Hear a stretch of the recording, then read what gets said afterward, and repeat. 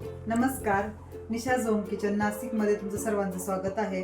तर आज आपण बनवणार आहोत वांग्याची भरलेली भाजी आणि ती पण येत ना पाट्यावर वाटून बनवणार आहे. आता तुम्ही विचार करत असाल की किती वांग्याच्या भाज्या टाकते, पण काय करणार आहे, आमच्या घरामध्ये वांगे खूपच आवडतात आणि एकदम म्हणजे असं ही जी पाट्यावरची आपण नसते वाटून वगैरे बनवतो ना, त्याला एकच नंबर चव येते. ही मसाल्याची भाजी बनवतो.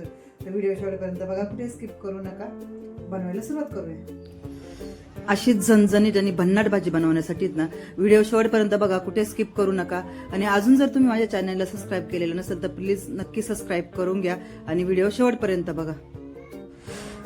आता आज येत ना मी या वांग्याच्या भाजीची रेसिपी टाकणार नव्हते, पण झालं काय, आमच्याकडे लाईट गेली. लाईट गेल्यामुळे ना मला हे पाट्यावर वाटून वांग्याची भाजी बनवायची होती, म्हणून सरळ म्हटलं आपण आता पाट्यावर वाटलेल्या वांग्याची भाजीची आपण रेसिपी शेअर करू. तर मी काय केलं होतं, इथं एक पॅन घेतला होता. पॅनमध्ये ना आपल्या ज्या डाळ्या असतात त्या डाळ्या भाजायला घेतल्या.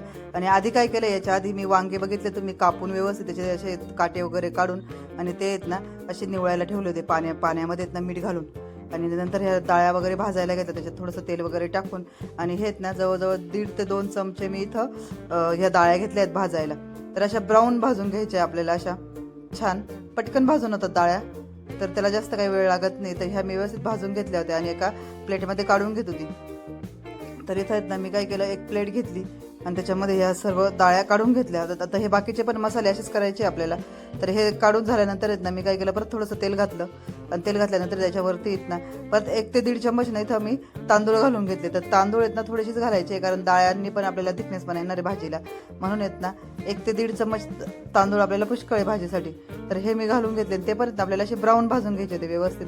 तर मी ते ब्राऊन भाजून घेतले आणि परत ते ना काढून ठेवले. आणि याच्यामध्ये ना धने होते, ते धने भाजून घ्यायचे होते. तर ते परत 1.5 ते 2 चम्मच मी इथं धने घेतले होते. आपले जे पोहे खायचा चम्मच असतो ना, तो चम्मच. तर इथं मी भाजून घेते. तर आपल्याला ह्या धन्यांना जास्त वेळ लागत नाही भाजायला, पटकन भाजून होतात. तर ते पण काढून घेतले. आणि इथं आहेत ना मी एक कशी वाटी भरून आहे ना खोबऱ्याचा किस घेतला होता. तर तुम्ही इथे काय करायचं आहे, म्हणजे जर चकल्या करून जर घेतलं तरी पण चालेल, पण काय होतं, हे भाजून वगैरे असं किसून वगैरे जर घेतलं ना खोबरं, तर ते पटकन आपल्याला वाटायला मदत होते. तर मिक्सरमध्ये वाटा किंवा आपल्या पाट्यावर वाटा, पण खूप पटकन वाटलं जातं. तर इथं परत थोडंसं तेल घालून घेतलं मी आणि कांदा आहेत ना आपल्याला भाजायला घेतला होता. तर आता काय करायचं माहिती आहे का, कांदा भाजताना जरा एक लक्षात ठेवायचं की आपण आहेत ना, जर कांदा जर थोडा जरी करपलात ना, तर काय होतं, जे आपण भाजी खाल्ल्यानंतर आहेत ना त्याचे करपट ढेकर येतात, गरडाई लागते. तर तो प्रकार याच्यामुळे होतो. म्हणून काय करायचं आहे, कांदा जास्त असा करपून वगैरे द्यायचा नाही, असा ब्राऊन मस्त असा भाजून घ्यायचा व्यवस्थित. कांदा असा ब्राऊन झाला आहे आपला, मी जास्त काही असा काळा वगैरे केला नाही. तर तो इथे व्यवस्थित भाजून झाला, काढून घेतला. आणि याच्यामध्ये ना लसण घेतलं आणि हिरव्या मिरच्या पण भाजायला घेतल्या. तर त्याच्यामध्ये पण थोडंसं तेल घालून घेतलं. तर त्या पण व्यवस्थित भाजून घ्यायचे. पण काय करायचं याच्यामध्ये माहिती आहे का, जे आपण तीळ घेणार आहेत ना, ते आहेत ना लसण आणि मी हिरव्या मिरच्यामध्ये भाजायला घेतले. म्हणजे काय होतं, ते तडतड उडत नाही. नाहीतर मग काय करायचं, खोबरं भाजतो ना त्यावेळेस खोबऱ्यामध्ये भाजायला घ्यायचं. म्हणजे असं काही दुसरं भाजायला असलं ना, की तीळ जे तडतड उडायला लागतात ना, ते उडत नाही वरती आणि ते आपल्या कढईच्या बाहेर, म्हणजे आपल्या पॅनच्या बाहेर येते नाही. म्हणून काय करायचं आहे, काहीतरी वस्तू असते भाजायला घेतात ना, त्याच्यामध्येच तीळ भाजायला घ्यायचे. तर तिळण आपले हे लसूण आणि हिरव्या मिरच्या व्यवस्थित भाजून झाल्या होत्या आणि मी ते पण काढून घेतलं. आणि याच्यामध्ये ना बाजरीचं पीठ घ्यायचं होतं आपल्याला. बाजरीच्या पिठाने ना वांग्याच्या भाजीला एकच नंबर चव येते. तर मग काय केलं, मी सर्व मसाले आधी भाजून झाले आणि लास्टला मी हे बाजरीचं पीठ भाजायला घेतलं होतं. तर येत नाही, एक गॅस बंद करून टाकला येतं तरी चालतो, कारण की पॅन एकदम म्हणजे असा गरम झालेला असतो. आणि मग काय होतं, त्याच्यावरती हे पीठ वगैरे जळलं जात नाही आणि छान असं ब्राऊन भाजून होतं. तर हे ना 1 मिनिटं पण येत ना आपल्याला आपल्या हातामधनं आपला हा पॅचूला सोडायचा नाही, म्हणजे ना ते जळलं जात नाही, करपलं जात नाही. इथं मी पाटा भाजून म्हणजे असं व्यवस्थित धुवून घेतला होता. आणि व्यवस्थित धुवून घेतल्यानंतर हे मसाले आपल्याला त्याच्यावरती वाटून घ्यायचे होते. आधी मी काय केलं होतं, खोबरं घेतलं होतं. तर खोबरं व्यवस्थित त्याच्यावरती असं टाकून घेतलं मी आणि ते वाटायला घेतलं. ते बघा, खोबरं आपण जे किसून घेतलं ना, त्याच्यामुळे ना खूप पटकन वाटलं जातं. आणि ते ना असं कडक झालेलं असतं खोबरं, असं क्रिस्पी झालेलं असतं, म्हणून ना पटकन वाटलं जातं. आणि बाकी नंतर मी ह्या डाळ्या धने वगैरे आणि त्याच्यामध्ये ना जे सगळं घेतलं होतं ना, तांदूळ वगैरे भाजून, ते इथं मी पाणी घालून थोडंसं वाटून घेत होते. कारण काय होतं, याला पाणीच लागतं. थोडंसं पाणी घालून वाटलं ना तर छान पटकन बारीक होतं. तर हे पण मी वाटून घेतलं होतं. आणि याच्यामध्ये ना हिरव्या मिरच्या आणि बाकीचे जे लसण वगैरे कांदा वगैरे होतात ना, ते दळायला घेतले. इथं आहे ना वाटायला घेतलं. पण काय झालं, इथं आहेत ना ते खूप जास्त झालं होतं आणि ते वाटायला जरा कठीण जात होतं. मग मी काय केलं, जो वाटलेला मसाला होतात ना, तो आधी इथनं काढून घेतला आणि नंतर हे वाटून घेतलं. तर छान असं बारीक वाटून झालं होतं. नंतर अद्रक ठेचून घेतलं व्यवस्थित. तर हवं तेवढं अद्रक मी साईडने ठेचून घेतलं होतं. अर्धा अद्रक घेतलं होतं, जो तुकडा घेतला होता मी तो. आणि त्याच्यामध्ये आहेत ना कोथिंबीर घेतली आणि आपला कढीपत्ता घेतला वाटण्यासाठी, आणि तो पण छान असा बारीक त्याच्यामध्ये वाटून घेतलं मी व्यवस्थित. तर मस्त बारीक वाटून झालं होतं. सर्व इथं आहेत ना मी मिक्स करून घेतला, पूर्ण मसाला पण त्याच्यामध्ये घेतला आणि तो पाट्यावरतीच आहेत ना व्यवस्थित मिक्स करून घेतला. आणि मिक्स केल्यानंतर आहेत ना इथं लसूण आणि आहेत ना शेंगदाणे आणि मी ज्या लाल मिरच्या असतात ना त्याची चटणी करून ठेवली होती ती 2 चमच घेतली. इथं मी मीठ घेतलं 2 चमच. आणि ना इथं आपल्याला मसाले वगैरे आपल्या घरची लाल तिखट वगैरे घ्यायचं होतं. तर इथं मी जे भाजलेलं पीठ होतं ना ते पीठ आधी काढून घेतलं याच्यामध्ये. आणि त्याच्यामध्येच ना आपला जो घरचा मसाला असतो काळा मसाला तो इथं मी 2 चमच घालून घेतला. आणि लाल तिखट होतं ते पण 2 चमच घालून घेतलं. आणि ना हळद पण घालून घेतली 1 चमच. आणि जो आपला गरम मसाला असतो ना दुकानामधला तो पण मी थोडासा घालून घेतला, तुम्ही कुठल्याही ब्रँडचा घ्या. तर मी इथं घालून घेतलं आणि सर्व इथं मिक्स करून घेतलं असं व्यवस्थित. आणि मिक्स करताना काय केलं, याच्यामध्ये थोडंसं तेल घालून घेतलं, म्हणजे काय होतं जो मसाला असतो ना तो वांग्यावरनं बाहेर निघत नाही त्याच्यासाठी. तर व्यवस्थित असं सगळं मिक्स करून घेतलं. आणि हे वांगे घेतले, वांगे छान निवाळले होते व्यवस्थित आणि मस्त ताजे ताजे वांगे होते. तर ते सगळे भरून घेतले मसाल्याने.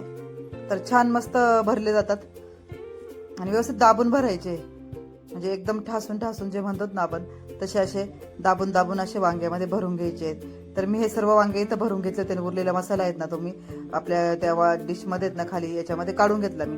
त्याच्यामध्ये आहेत ना काय केलं, हे सर्व वांगे परत त्याच ज्याच्यामध्ये वांगे निवडायला ठेवले ते त्या एका भांड्यामध्ये सर्व काढून घेतले. आणि इथं ह्या आपला पाटा आहेत ना तर पाट्यावरतीच ना थोडं पाणी घालून तो मसाला काढून घेतला. आणि याची चव आहेत ना एकच नंबर येते. हे पाट्यावर जे वाटलेलं वाटण असतात ना एकच नंबर लागते. तर मग मी हे सर्व काढून घेतलं आणि पाट्यावर जसं की तसा धुवून ठेवून दिला. आणि तो म्हणजे छान निघावा म्हणून आहेत ना जे आपण ब्रश केलेला आहे त्याला धुवायला, त्या ब्रशने सगळं व्यवस्थित धुवून आणि परत जिथल्या तिथं व्यवस्थित ठेवून द्यायचा होता. तर तो छान असा मी पाटा सगळा धुवून घेतला. नंतर एक कढई ठेवली. कढईमध्ये हवं तेवढं तेल आपल्याला इथं घालून घ्यायचंय. तर मी कढईमध्ये तेल घालून घेतलं आणि ते गरम झाल्यानंतर आहेत ना त्याच्यामध्ये आपल्याला जिरे मोहरीची फोडणी द्यायची होती. तर तेल इथं आहेत ना मी तापलं की नाही गरम झालं की नाही ते बघण्यासाठी आधी 2-3 दाणे टाकून बघितले जिऱ्याचे. तर तेल गरम झालं होतं. तर इथं मी जिरे घालून घेतले जवळजवळ 1 चम्मच थोडं कमी. थोडीशी त्याच्यामध्ये मोहरी घालून घेतली. आणि हिंग तर नक्की घालायचं, विसरायचं नाही अजिबात वांग्याच्या भाजीला. तर हिंग घालून घेतला. कढीपत्ता इथं फोडणीला घातला मी आणि थोडीशी हळद घालून घेतली. आणि हळद घातल्यानंतर आहेत ना हे वांगे सर्व जे आपण भरून ठेवले आहेत ना ते या कढईमध्ये घालून घेतले. आणि छान असे परतून घ्यायचे व्यवस्थित वांगे. सर्व वांगे याच्यामध्ये मी घालून घेतले. गॅसची फ्लेम जरा कमी करायची आहे, म्हणजे काय होतं हा जो मसाला आहे तो जळला वगैरे जात नाही. तर इथं व्यवस्थित सगळं असं मिक्स करून घ्यायचं. व्यवस्थित हलवून वगैरे घेतलं होतं मी, सर्व मिक्स करून घेतले वांगे वगैरे छान. आता व्यवस्थित असे मिक्स झाले की मग आपल्याला काय करायचं, याच्यावरती थोडंसं झाकण ठेवायचंय. पण त्याच्या आधीच ना झाकण ठेवायच्या आधी हे सर्व असे व्यवस्थित मिक्स करून घ्यायचे. तर इथं हे पॅचोला वगैरे व्यवस्थित असं मी कढईच्या साह्याने असं थोडंसं पुसून घेतला. याच्यावरती झाकण ठेवून दिलं. आणि इथं ना 3 ते 4 मिनिट मी इथं थोडेसे वाफून दिले होते. आणि छान मस्त असे याच्यात वांगे असे वाफले होते. त्याच्यामध्ये ना पाणी घालून घ्यायचं होतं आपल्याला हवं तेवढं. आता हा मसाला जो होतात ना तो मसाला आधी मी मिक्स करून घेतला व्यवस्थित सर्व. आणि मिक्स केल्यानंतर ना याच्यामध्ये घालून घ्यायचं आहे. आता हा मसाला घालून झाला आणि नंतर काय करायचं आपल्याला याच्यामध्ये ना जेवढं हवं आहे तेवढं पाणी घालायचं. तर इथं काळजी घ्यायची एक आपल्याला की पाण्यात ना अजिबात थंड पाणी घालायचं नाही याच्यामध्ये, तर गरम पाणी घालायचं. मी इथं एकदम गरम पाणी इथं घालून घेतलं होतं. हवं तेवढं थोडंसं पाणी इथं मी घालून घेतलं, जेवढं आपल्याला भाजी शिजायला पाहिजे होतं तेवढं पाणी मी याच्यामध्ये घालून घेतलं. आणि याच्यावरती झाकण ठेवून एक ते 10 ते 12 मिनिट कमी गॅसवर छान असं शिजून दिलं. तरी बघा इथं वांग आपलं इथं बनवून तयार आहे. तर बघू आपण चेक करू की वांग शिजलं की नाही. वांग छान शिजलं आहे. तर बघू शकता तुम्ही इतकी छान अशी तरी आली ना आपल्या भाजीला, एकच नंबर.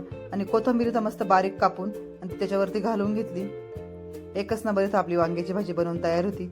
खूपच मस्त. तरी पण इतकी छान आली होती ना. आणि पाट्यावरती वाटलेली मजा तर काहीतरी वेगळीच आहे. म्हणजे खूपच छान असं वाटून केलेली भाजी इथनं खूपच मस्त होते. त्याच्याबरोबर बाजरीची भाकर मी बनवलेली होती आणि त्याच्याबरोबर कांदा. एकच नंबर बेत झाला होता. तर खूपच भारी इथं वांग्याची भाजी बनवून तयार. अशाच पारंपरिक आणि जुन्या पद्धतीच्या रेसिपी बघण्यासाठी माझ्या चॅनलला लाईक करा, शेअर करा, सबस्क्राईब करा. सर्वात पहिलं म्हणजे इथं बेल आयकॉनला क्लिक करा, जेणेकरून काय होतं मी जे पण व्हिडिओ माझ्या चॅनलवर अपलोड करत असते ना त्याचं नोटिफिकेशन तुम्हाला भेटतं. तर भेटूया आता पुढच्या नेक्स्ट व्हिडिओमध्ये. तोपर्यंत पाहत राहा, खात राहा आणि स्वस्त राहा.